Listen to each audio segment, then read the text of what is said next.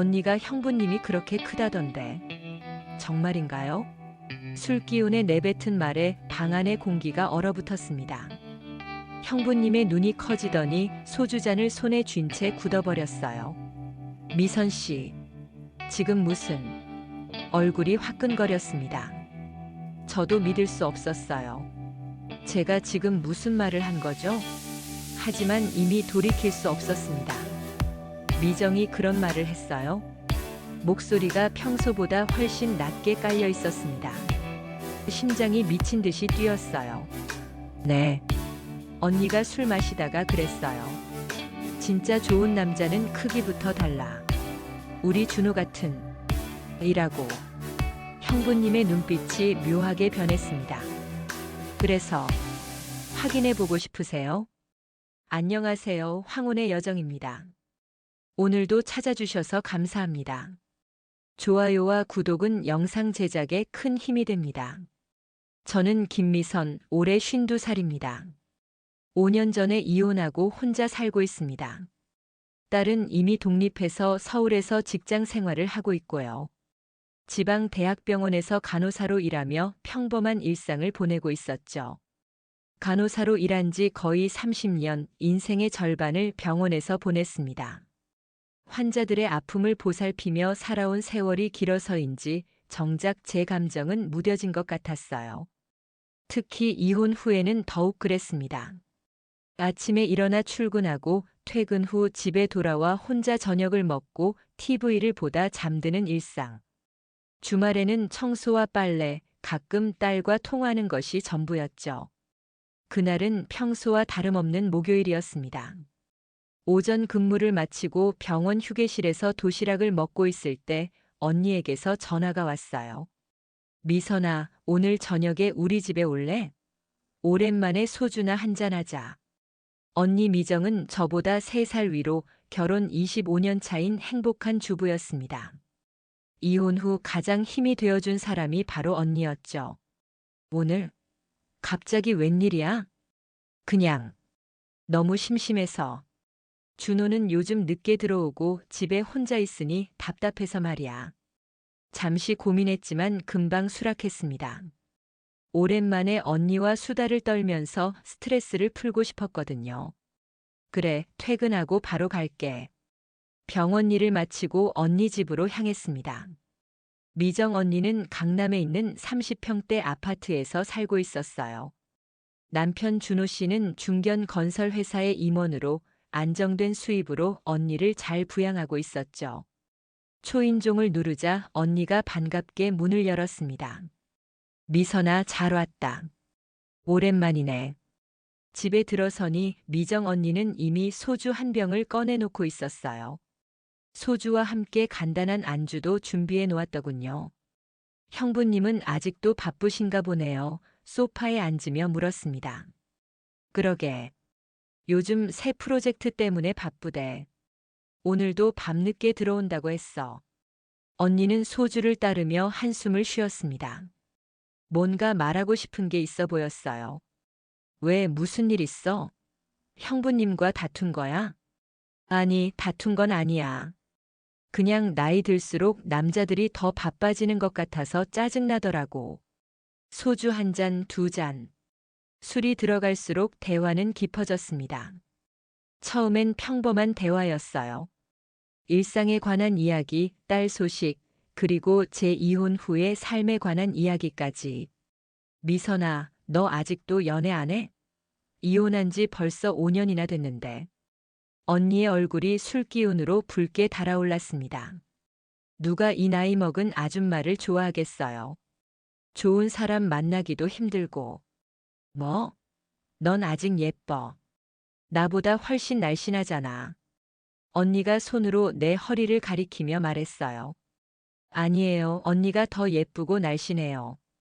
그리고 형부님 같은 좋은 남편도 있고.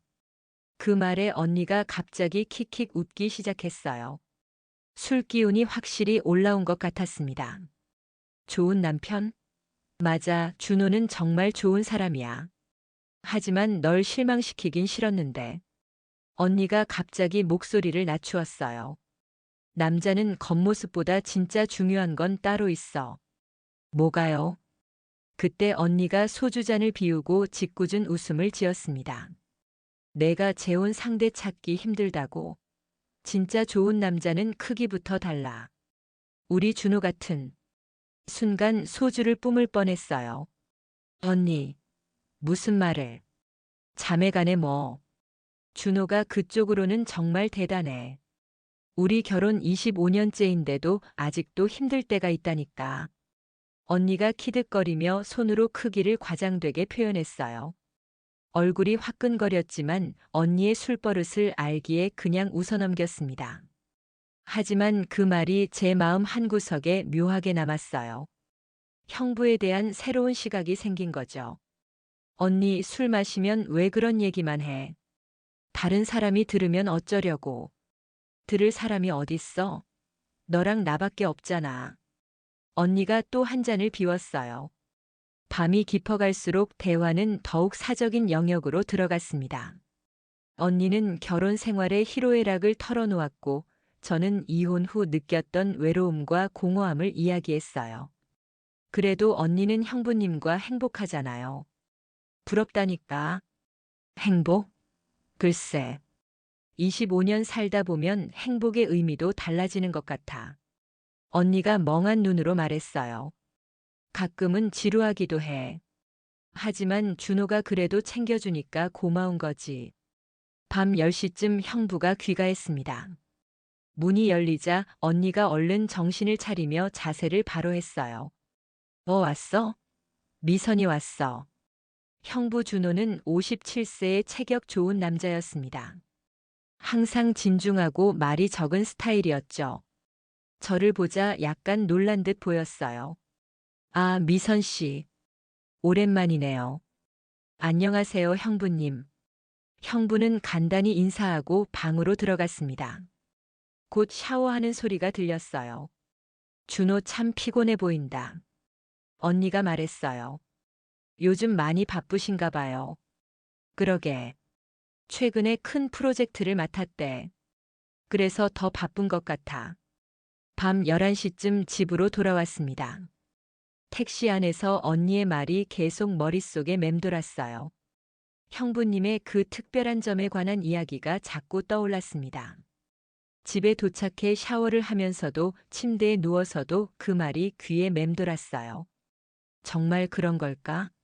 언니가 그냥 술김에 한 말일 텐데. 하지만 그날 밤 처음으로 형부님을 남자로 보게 된 것 같았습니다.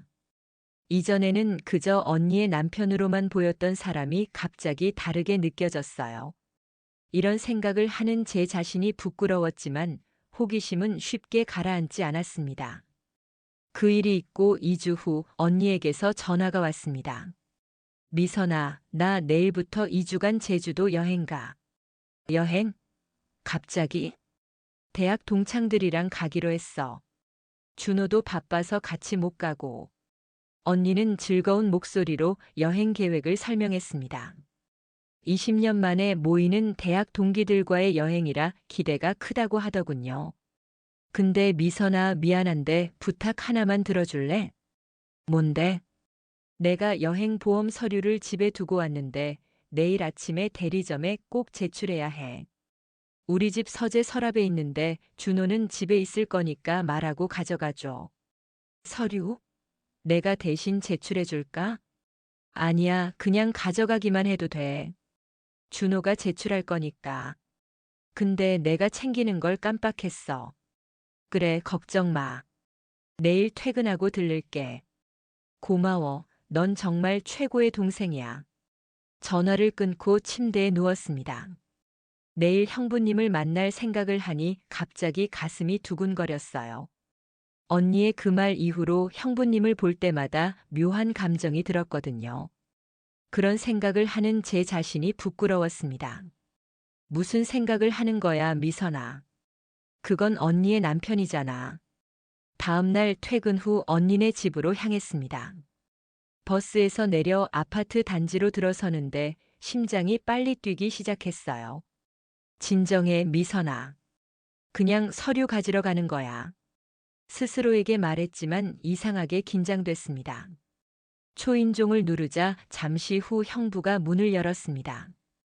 평소와 달리 캐주얼한 차림이었고 수염도 덥수룩하게 자라 있었어요. 퇴근 후 편안하게 쉬고 있던 모양이었죠. 아, 미선 씨. 미정이 말해줬어요. 서류 가지러 오셨다고. 네, 언니가 급하다고 해서요. 서재에 있다고 하던데. 들어오세요. 저도 어디 있는지 정확히는 모르니까 같이 찾아봐요. 집 안으로 들어가니 익숙한 공간인데도 왠지 색다르게 느껴졌습니다. 서재로 향했고 형부도 같이 서랍을 뒤지기 시작했어요.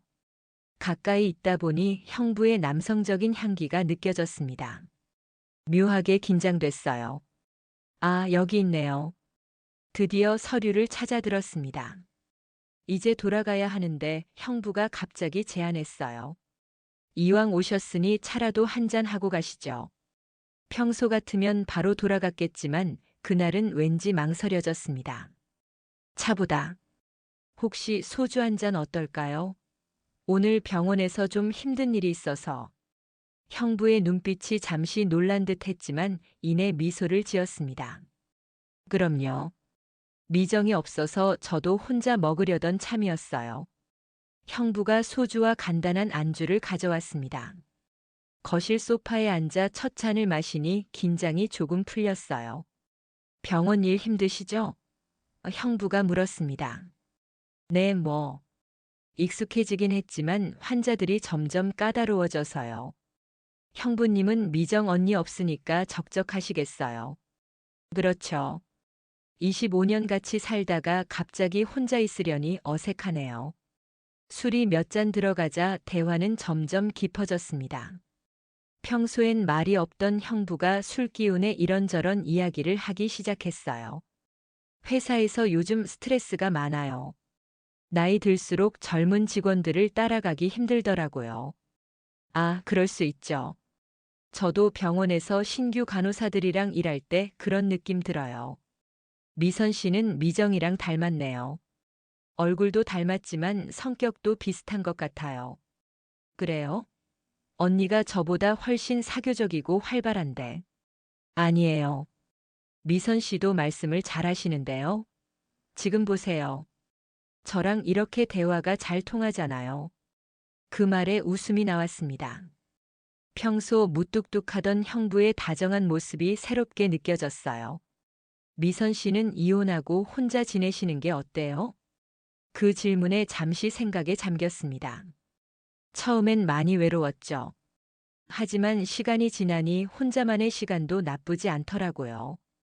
그래도 가끔은 누군가와 함께하고 싶을 때가 있어요.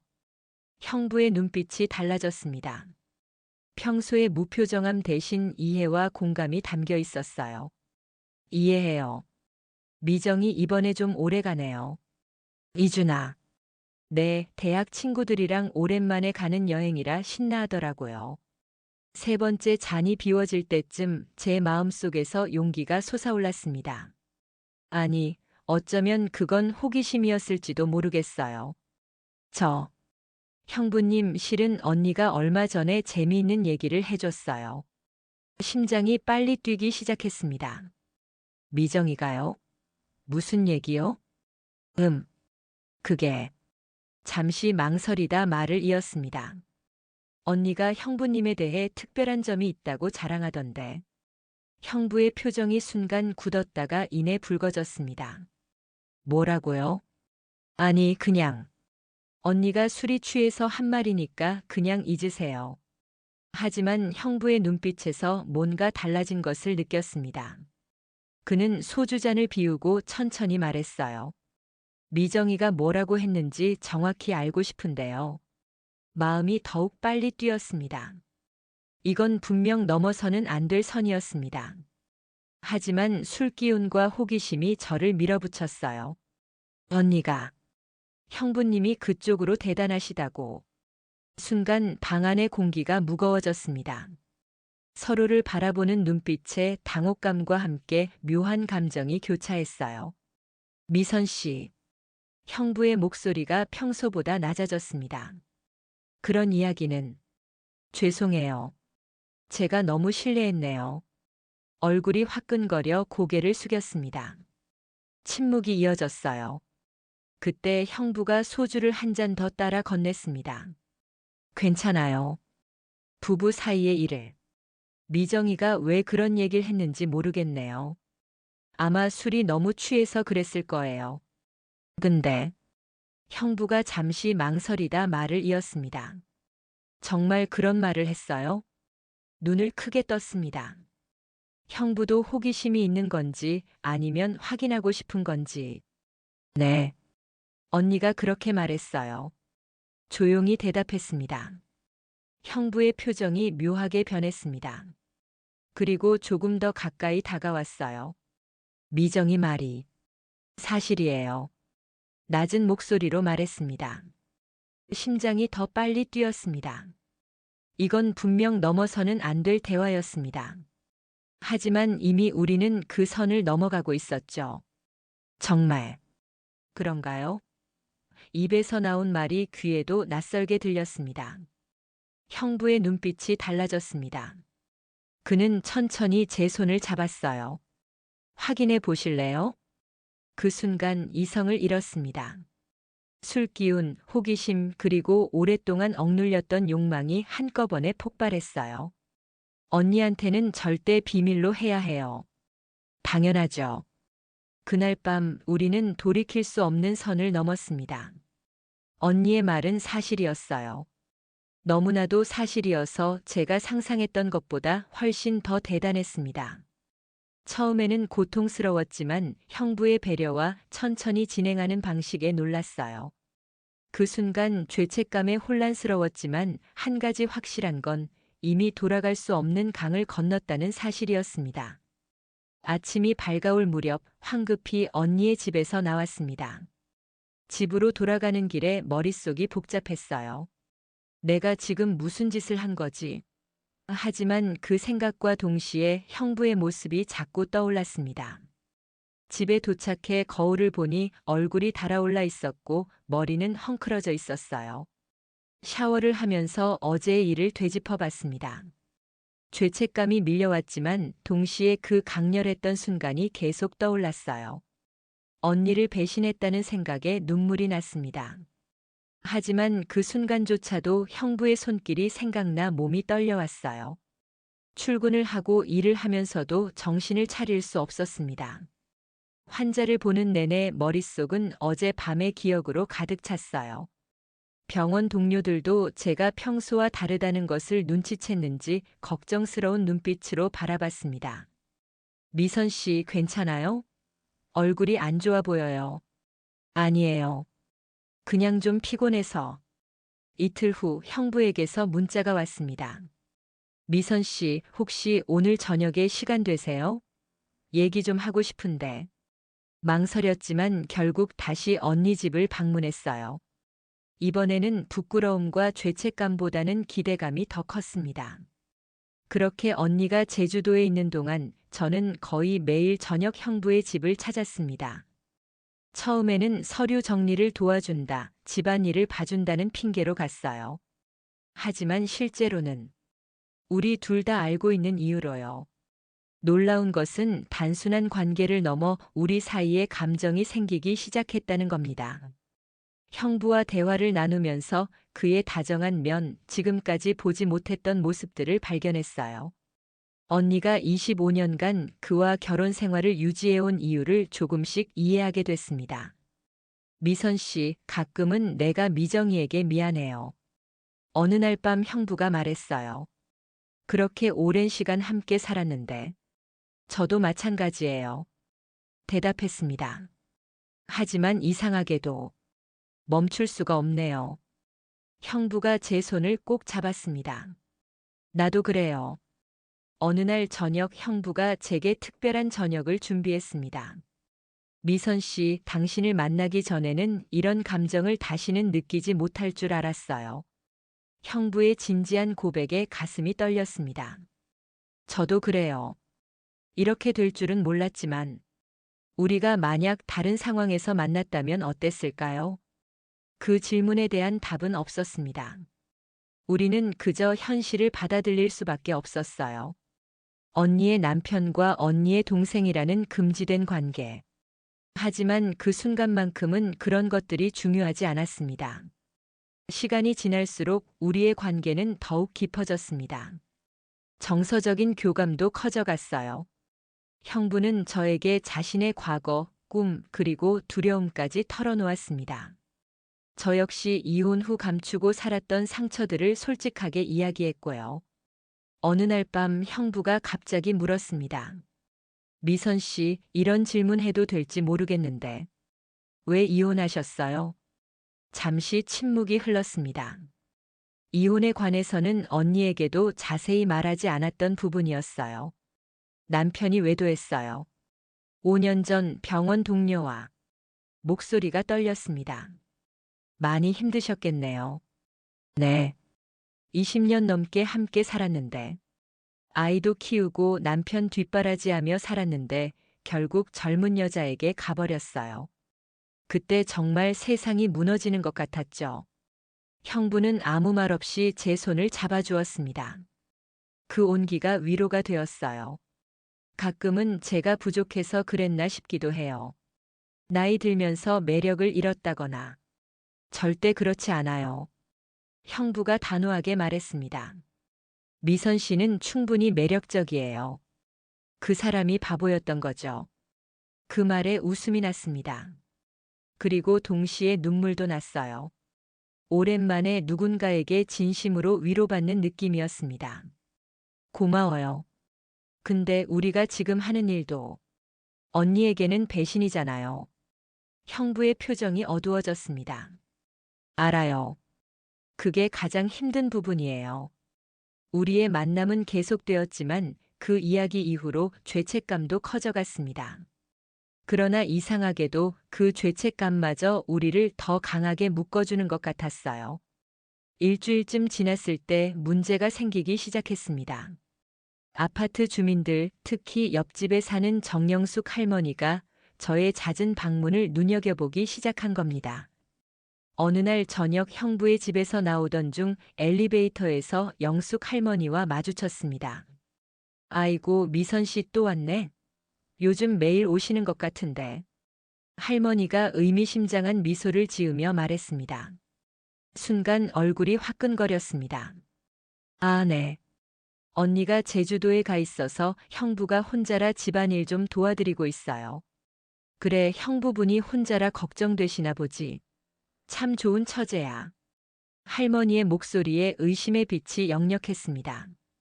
엘리베이터에서 내려 집으로 향하는 길, 갑자기 다리가 후들거렸습니다. 누군가 우리 관계를 의심하기 시작했다는 건 이제 더 이상 비밀이 아닐 수도 있다는 의미였습니다. 다음 날 형부에게 이 일을 말했더니 그도 심각한 표정을 지었습니다. 저도 느꼈어요. 오늘 마트에서 장을 보는데 아줌마들이 갑자기 조용해지더라고요. 제가 지나가자 뒤에서 수군거리는 소리가 들렸어요. 무슨 소리요? 미정이 없는 동안 처제가 매일 온다고. 우리는 서로를 바라보며 침묵했습니다. 이 관계는 이미 너무 위험해져 있었어요. 다음 날부터는 조금 더 조심하기로 했습니다. 형부의 집에 방문할 때는 주민들의 눈을 피해 다른 시간대에 가기로 했죠. 하지만 이미 소문은 퍼지고 있었습니다. 어느 날 저녁 아파트 지하 주차장에서 차를 세우는데 옆동 아줌마들이 지나가며 나를 보고 수군거리는 소리가 들렸어요. 저 사람이래. 언니 제주도 간 사이에 매일 형부 집 드나든대. 에이, 정말? 처제가 형부랑 그런 사이라고. 심장이 쿵 내려앉았습니다. 이미 소문이 확 퍼진 모양이었어요. 집에 도착하자마자 형부에게 문자를 보냈습니다. 형부님, 큰일 났어요. 이미 동네에 소문이 다 퍼진 것 같아요. 형부의 답장이 곧바로 왔습니다. 알아요. 오늘 관리실에서 관리인이 이상한 눈으로 쳐다보더라고요. 점점 위기감이 커졌습니다. 이대로 가다간 언니가 돌아오기도 전에 모든 게 탄로날 것 같았어요. 이틀 후 병원에서 예상치 못한 일이 벌어졌습니다. 환자 한 분이 제게 묘한 질문을 던졌습니다. 간호사님, 혹시 청송 아파트 사시나요? 네. 어떻게 아셨어요? 제 딸이 거기 살거든요. 요즘 아파트에 재미있는 소문이 있다던데. 그 순간 심장이 멎는 듯 했습니다. 얼굴이 하얗게 변했을 거라 확신합니다. 무슨 소문인데요? 아, 그냥 어떤 부인이 여행 간 사이에 처제가 매일 찾아온다고. 그 부인 남편이 건설회사 임원이라던데. 손이 떨려 주사기를 떨어뜨릴 뻔했습니다. 이미 소문이 병원까지 퍼져 있었습니다. 잘 모르겠네요. 전 그런 이야기 들은 적 없어요. 그날 저녁 형부와 만났을 때 그 이야기를 전했습니다. 형부의 얼굴도 창백해졌어요. 이렇게 빨리 소문이 퍼질 줄은 몰랐어요. 어떻게 해요? 언니가 돌아오면. 두 사람 사이에 불안감과 위기감이 커졌습니다. 형부가 거실을 서성이며 생각에 잠겼어요. 미선 씨, 우리 좀 만남을 줄여야 할 것 같아요. 적어도 소문이 잠잠해질 때까지는. 가슴이 아팠지만 맞는 말이었습니다. 이대로 계속했다가는 더 큰 문제가 생길 게 뻔했어요. 네, 그래야겠네요. 그날은 평소보다 일찍 헤어졌습니다. 집으로 돌아가는 길 마음이 너무 무거웠어요. 이제 매일 만나던 형부를 못 보게 된다고 생각하니 견디기 힘들었습니다. 그동안 얼마나 깊은 감정이 생겼는지 그제야 깨달았어요. 다음 날 아침 정영숙 할머니가 엘리베이터에서 또 저를 마주쳤습니다. 미선 씨, 어제는 형부 댁에 안 갔나 보네. 그 말에 심장이 쿵 내려앉았습니다. 정말 감시라도 하고 있는 건지. 네, 병원에 야간 근무가 있어서요. 그래? 근데 요새 소문이 좀 있더라. 조심하는 게 좋을 거야. 할머니의 말에 얼굴이 화끈거렸습니다. 명백한 경고였어요. 집에 돌아와 형부에게 문자를 보냈습니다. 형부님, 이제 정말 위험한 것 같아요. 소문이 너무 커졌어요. 형부의 답장 나도 알아. 오늘 회사에서도 동료가 이상한 눈으로 쳐다보더라. 아무래도 소문이 더 퍼진 것 같아. 이제 진짜 위기였습니다. 언니가 돌아오기 전에 소문이 그쪽까지 퍼질까 봐 두려웠어요. 언니가 다른 사람들로부터 이 이야기를 듣게 된다면 생각만 해도 끔찍했습니다. 그날 저녁 우리는 오랜만에 형부의 집이 아닌 멀리 있는 카페에서 만났습니다. 주변의 시선을 피하기 위해서였죠. 이대로 계속하다가는 언니가 돌아왔을 때 모든 게 드러날 거예요. 제가 마침내 입을 열었습니다. 형부도 고개를 끄덕였어요. 맞아요. 이런 소문은 금방 퍼지거든요. 미정이가 알게 되면 그만해야 할 것 같아요. 목소리가 떨렸습니다.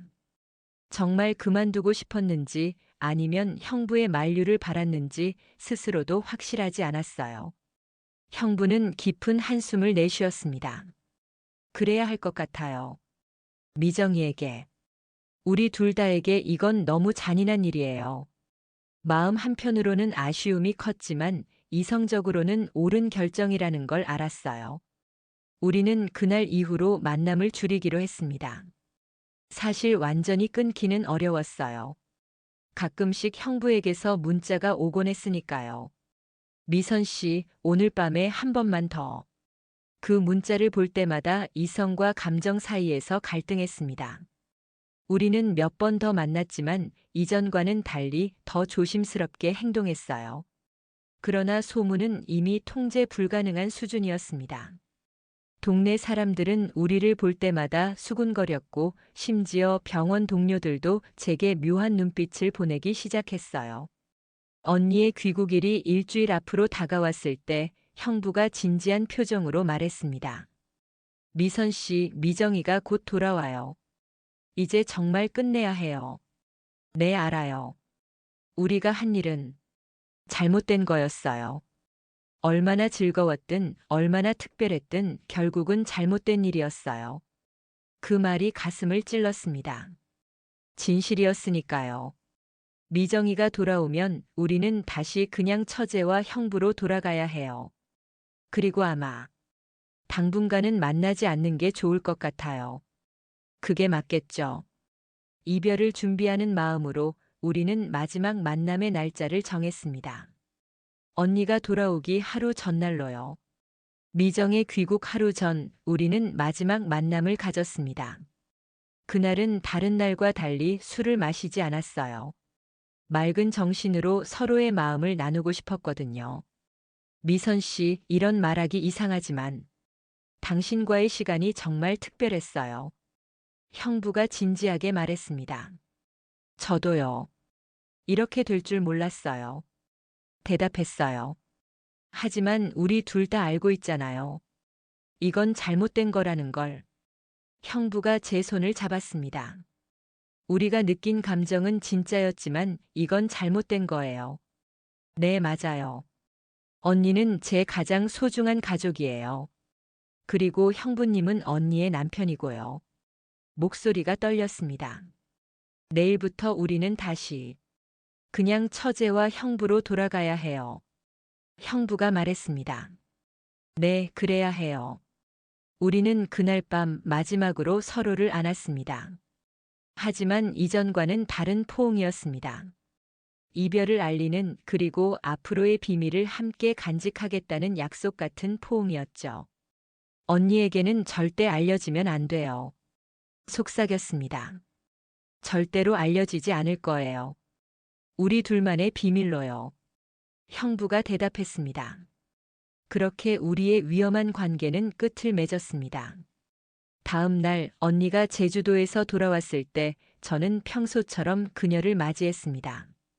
미선아, 정말 고마워. 준호가 너 덕분에 편하게 지냈다더라. 언니가 선물을 건네며 말했습니다. 뭘 별거 아니었어. 웃으며 대답했죠. 형부와 저는 서로 눈을 마주치지 않으려 노력했습니다. 하지만 가끔 시선이 마주칠 때면 그 안에 우리만의 비밀이 담겨 있다는 걸 알 수 있었습니다. 미선아, 요즘 동네에 이상한 소문이 있다던데. 들었어? 언니가 갑자기 물었습니다. 심장이 멈추는 줄 알았어요. 무슨 소문? 어떤 부부가 있는데 부인이 여행 간 사이에 남편이 다른 여자랑 바람을 피웠대. 그것도 처제랑. 숨을 쉴 수 없었습니다. 형부도 얼굴이 창백해졌어요. 근데 그게 우리 윗동 사람들 이야기래. 누가 착각해서 소문이 이상하게 퍼진 모양이야. 언니가 웃으며 말했습니다. 안도의 한숨을 내쉬었어요. 하지만 여전히 위험한 상황이었습니다. 아, 그래? 난 그런 소문 못 들었어. 미선이가 준호 많이 도와줬다며? 고마워. 난 정말 좋은 동생 뒀네. 언니의 그 말에 죄책감이 밀려왔습니다. 사랑하는 언니를 배신했다는 생각에 가슴이 아팠어요. 하지만 이제는 모든 것이 끝났고 우리의 비밀은 영원히 묻히게 될 거라고 생각했습니다. 그 후로도 저는 가끔 언니 집에 방문합니다. 하지만 이전과는 달리 항상 언니가 있을 때만 가려고 해요. 형부와 단둘이 있는 상황은 최대한 피하죠. 가끔 그 기억이 떠오르면 가슴이 뛰지만 이제는 그저 지나간 일로 받아들이려 합니다. 그날 밤 언니가 한 말이 없었다면 이런 일은 일어나지 않았을까요? 아마도요. 하지만 인생은 때로 우리가 예상하지 못한 방향으로 흘러가기도 하는 것 같습니다. 이제 저는 그 비밀을 가슴 깊이 묻어두고 살아갑니다.